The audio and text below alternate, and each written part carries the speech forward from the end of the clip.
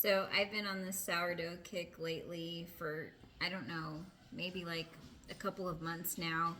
And I think it's because I have seen that when you go to buy a sourdough loaf in the store, you notice that there's a ton of ingredients or additive ingredients that are not supposed to be in your bread. And to make meals that are healthier for myself and my family is really important to me.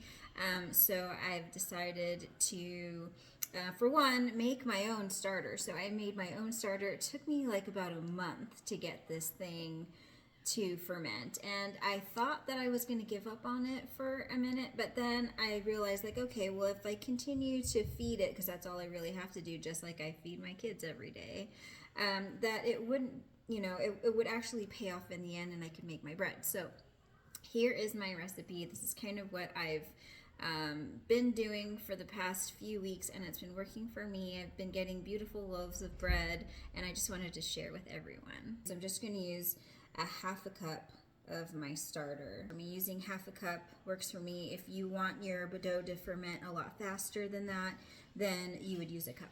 Okay, so to my starter, I'm going to add a cup and a half of lukewarm water. You don't want it to be too warm, because if it's too warm, then it'll kill the active live cultures that are in the starter, and you don't want that. So you just kind of stir it around until it's fully combined. Okay, so now that that's combined, I'm gonna go ahead and add in my flour. So the best results come from unbleached bread flour, and so I couldn't find King Arthur's. I usually like to use King Arthur's. They didn't have it in the store. This is what I picked up the other day, is Bob's Red Mill, but you could use any unbleached bread flour, and that will work for you. So I put about 3.5 cups of flour into my mixture. And then I like to add my salt in at this time, so I'm gonna do about a teaspoon and a half of sea salt. And then you're just gonna mix it together. I have a Dutch whisk. You don't necessarily have to use this. You could even use your hands if you want to, but I'm just going to mix this together until you get kind of like a shaggy dough. And this is kind of what we're dealing with here. It's just this shaggy dough, no shape to it. It's very sticky, and that's okay. So what we'll end up doing is putting a kitchen towel over it, let it sit on the counter for about an hour, and then we'll come back and do some stretch and folds, which would add some substance to your dough and allow for the gluten to form. So this is kind of what it looks like after an hour. Still kind of shaggy, and it's pretty sticky, so I'm just going to put some water on my hands to help me to handle it a little easier. And all you really have to do is just kind of bring it up from the bottom of your bowl and just turn your bowl as you're just pulling the dough away from the bowl. And you just pull it up by sections like this and fold it over. Do a quarter turn and do the same thing. Pull it up and push it down. Pull it up and, pretty sticky, push it down. So every half an hour you'll do your stretch and folds.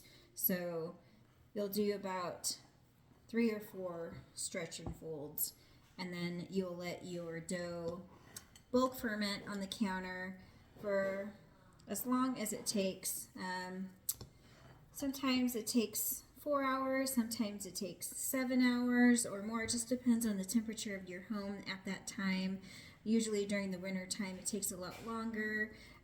Right now we're in February, so it's a little colder in my house than what it normally is.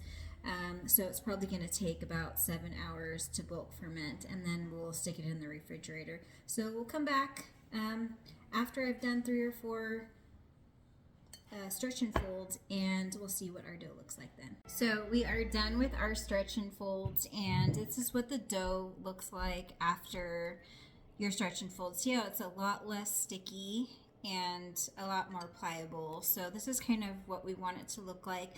I'm gonna set it on my counter and let it bulk ferment for another probably 4 to 5 hours, and I'll stick it in the fridge I'll shape it and I'll stick it in the fridge, so we'll come back once it's ready. Okay, so it's finally the end of the day, and I'm going to unveil this beautiful dough that I'm sure has doubled in size. So this is what we're working with now, and I'm going to shape it, so follow along. So I'm just going to put a little flour on the surface of my countertop here, and I'm going to just let this dough kind of roll out of here. So I'm just going to spread it apart just like this in a rectangle shape. This particular loaf I am making into a rosemary, roasted garlic, and Parmesan loaf, so it should be amazing. So I'm going to get my rosemary and I'm just going to sprinkle it all over my dough here. And it smells so good. And then I'm going to take my roasted garlic that I roasted in the oven earlier, and I'm also going to spread that evenly around my dough.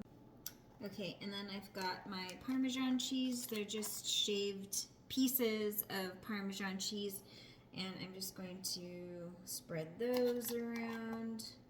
And here I'm just gonna take this and just fold it over, and I'll probably just add a little bit of the rosemary on top here. And I don't have a whole lot of roasted garlic. I didn't do enough in the oven or roast enough in the oven today, so I will save that for this side. So I'm just going to stretch it out just a little bit more here, and then put the rest of my roasted garlic here on top. Just spread it. And then take the rest of my rosemary and sprinkle it on top. And then get some more of the Parmesan cheese and stick that on top as well.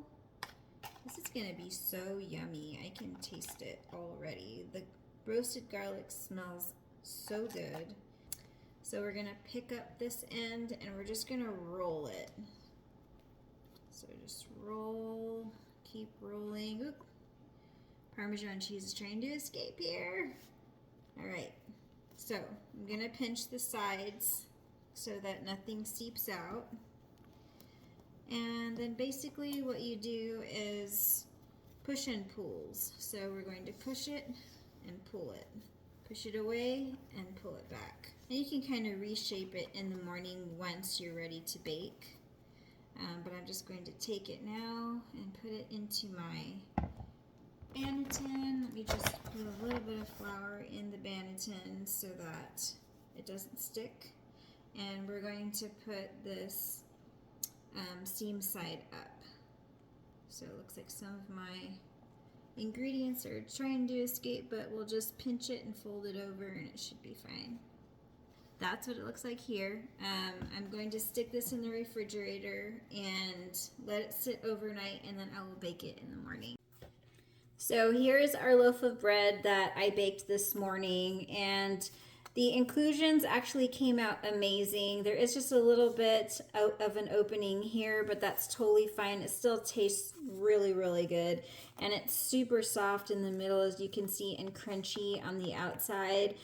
So I used cup measurements for my sourdough bread. I like simplicity, so I felt like cup measurements were a lot easier. Plus, I don't have a food scale, so I decided to just go with the cup measurements, and it's just always given me a beautiful loaf of bread every time. As long as it's edible, hey, I would say just skip on the food scale and use the measurements. So I hope you guys enjoyed my recipe, and I hope you try it, and subscribe for more recipes because I plan on making so many more loaves of sourdough bread. Take care.